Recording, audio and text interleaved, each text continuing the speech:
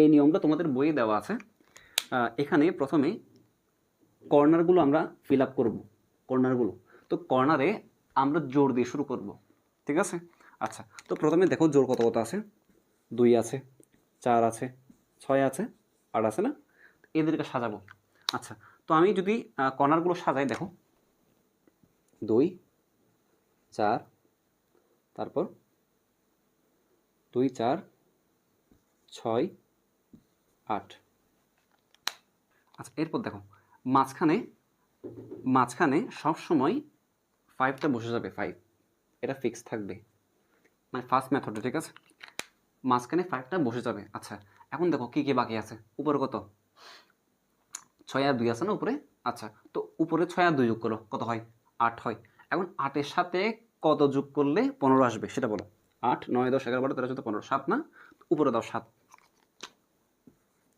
ঠিক আছে? আচ্ছা দেখো 8 আর 6 কত হয়? 8 14, এখানে কত হবে? আরেক দিলে 15 হয়ে যাবে এখানে। আর এখানে 8 আর 4 কত হয়? 12, 12 3 কত হয়? 15, ঠিক আছে? এটা কত? 4 আর 2 কত হয়?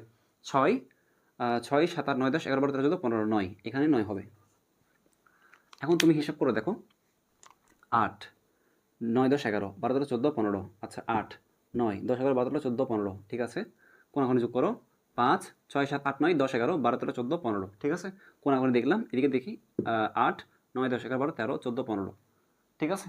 তা তুমি যে দিক থেকে যোগ করো না কেন, তুমি যদি এই পাশ থেকে যোগ করো সেম আসবে, এ পাশ থেকে যোগ করো সেম আসবে, এ পাশ থেকে যোগ করো সেম আসবে, যদি কোনাকুনি যোগ করো তাও কি আসবে? সেম আসবে।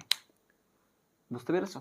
আচ্ছা, এখানে অনেকের একটা প্রবলেম হতে পারে যে জোড় সংখ্যাগুলো আমি কিভাবে বসাবো, এই জিনিসটা একটু বলে দিই, একটা মিনিট।